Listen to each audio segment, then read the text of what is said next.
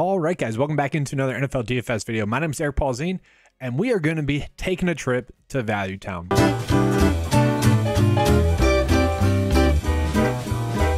Okay, we are going to be looking at the best values for Fanduel. Okay, so really what I'm going to be looking at is I'm going to be looking at about 3 running back plays, about 4 receiver plays, and got about 3 quarterback plays as well. Tight end wise, it's pretty much straightforward. The top plays are also kind of the best values on the board. So really what I'm going to be looking at is which players on FanDuel are going to give us the best return value. And we're just looking at it on the 9-to-5 cheat sheet here real quick. So the projections are going to be based off of last year's data, so it's not completely accurate. It is what it is. That's week 1 DFS there for you guys. So the reason why Nyheim Hines and Jonathan Taylor are both ranking out pretty well. The Houston Texans are terrible. Okay, so return X-wise, they could both be pretty good values, but just kind of want to show you guys this before I get into the plays. So Chase Edmonds ranking out as a good value. You got Najee Harris, CH, Josh Jacobs, Joe Mixon, Austin Eckler. Brandon Bolden's not going to do anything. I would say that'd be more Amir Abdullah if we're looking at a third down role. We got James Conner, Damian Harris, David Montgomery. I'll be touching on Kenneth Gainwell there and Miles Sanders. I think that's actually a great opportunity there for a different player, and most of you guys should already know who that player is just based off of that tease. But I do want to start off with Chase Edmonds there. So Chase Edmonds on FanDuel is not that much higher priced than he is on DraftKings. So he's only about $700 more on FanDuel. And if you look at someone like Jonathan Taylor is $1,100 more expensive on FanDuel than he is on DraftKings. If you look at Chase Edmonds, that's not that big of a difference. $700 is not that big of a difference there. So Chase Edmonds coming into a RB1 role could easily step up in this one. And if you look at the matchup against the New England Patriots, I think the New England Patriots are really going to kind of play preventive defense in the sense that they're going to be playing a defense that they can't get beat deep with. Obviously, with Tyreek Hill, they don't want to get beat deep. With Jalen Waddle, they don't want to get beat deep. I think the New England Patriots are going to be very content with letting the Miami Dolphins try to win this game via the run game. Okay, so someone like Chase Edmonds at 5.8 is a strong price point play. And really, if you look at it, it's either CH or Chase Edmonds as starting running backs on FanDuel at that cheap price point play. Okay, there are some other ones that you go with, obviously Dameon Pierce there. He is pretty cheap. If you guys want to roll the dice with him there, you can.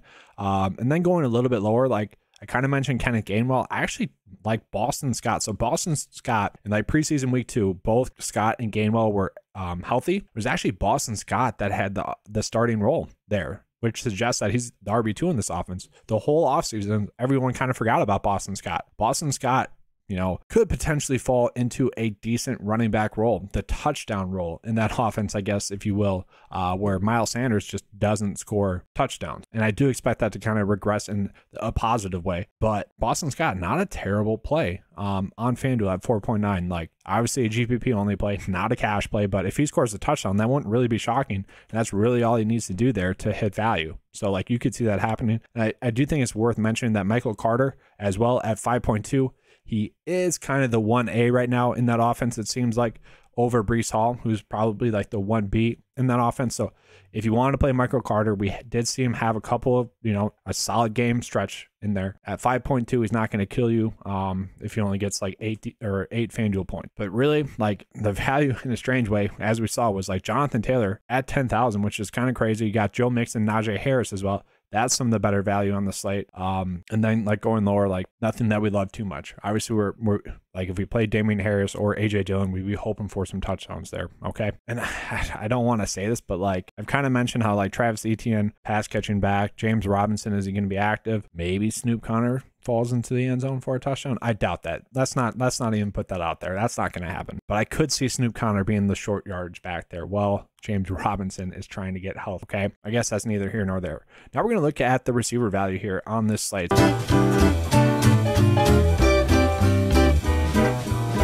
So we are going to be starting off with Adam Thielen. And while we're at it, why don't we just pull up the receiver wideouts here and kind of show you guys what that's looking like as well. So this is kind of based on the flex rank, so how they're ranking out flex wise. So, but receiver wise, we can see Adam Thielen, Mike Williams, Tyreek Hill, Kendrick Bourne. That's kind of interesting that he's popping up there that well. Then you got Devontae Parker. So 3 players in the same game ranking out as a decent FanDuel there play. Robert Woods, very interesting there. Robert Woods, same price as he is on FanDuel as he is on DraftKings. I find that very interesting. Marquise Brown, not a big price bump there. An interesting play you can go with there. But just kind of showing you guys kind of what the best value receiver plays are just based off of the data.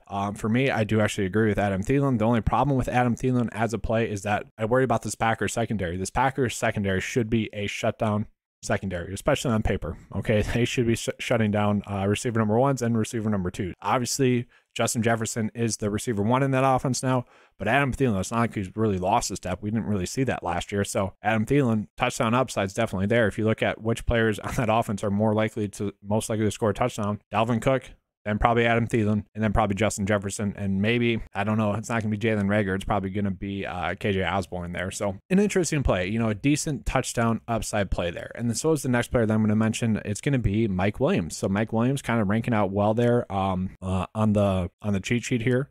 Mike Williams is actually the same price point on Fanduel as he is on DraftKings. Once again, I that's a decent value there that I like to look at. So Mike Williams, really with last year, he had a little bit of a lull in the season, but came on strong at the end of the season and obviously started out strong last year. Okay, I think we're going to see that balance out a little bit more. So the fact that he's ranking out well FanDuel-wise would be kind of a player that I don't mind. Obviously, the touchdown upside's there with him.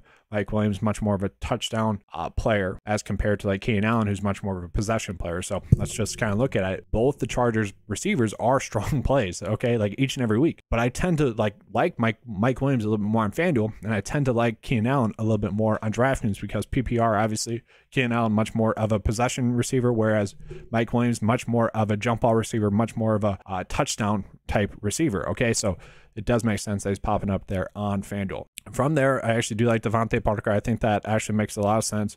So I like the fact that he's popping up there. He does seem to be the receiver number 1 in this offense. You talk about the revenge game narrative there if you want to. That's really neither here nor there for me. But touchdown-wise, I do think in that offense, like the touchdown scores are going to continue to be Damian Harris and Hunter Henry, but I do think they brought in Devontae Parker to be much more of a red zone presence to, take down a couple of touchdowns as well. At 5.7, it's not the best price point, but I could see him easily getting 10 FanDuel points in this game. All right, and then the last receiver value play that I like is actually going to be Brandon Ayuk. So price didn't really change, okay? And I don't love the matchup. I actually really was impressed by the Bears defense this preseason thus far, but Brandon Ayuk, I do think he's going to be much more consistent like he was at the tail end of last year, okay? I do think him and Trey Lance are going to have this like nice little chemistry as well. I could see it kind of being a statement game for both Trey Lance and Brandon Ayuk, okay? Whereas maybe George Kittle and Debo aren't as involved, okay? I like taking the risk there with Brandon Ayuk at this price point. Now we're going to switch up into the quarterbacks here.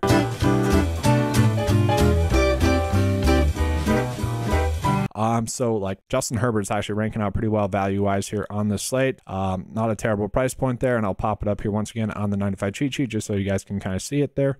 So once again, sorted by FanDuel projected rank. So Justin Herbert number 1, Patrick Mahomes number 2, Jalen Hurts number 3, kind of interesting there. 4, Kyler Murray. 5, Aaron Rodgers, and Joe Burrow, Lamar Jackson, Kirk Cousins. You can see like nothing too crazy price point wise. Okay, really the cheapest one that's popping are Jared Goff and Jameis Winston. I don't think we need to do that. Okay, if you wanted to, you could. Like they are all priced up a decent amount, but they're all the players that are expected to play the best. So like Justin Herbert makes a lot of sense if you just want to play Justin Herbert at the QB spot. With Mike Williams, you could easily do that. Patrick Mahomes, that's fine. Like all the top end players or quarterbacks are the ones that have the best return X on return value based off of like 2.5x or whatever. Those are the quarterbacks there. So like which ones are popping up logically that aren't popping up data wise? No one really, honestly. They did a great job pricing this. Like I'm not going to go Joe Flacco here. I'm just not doing that. Like I think it just makes sense to kind of pay up on FanDuel this week at quarterback.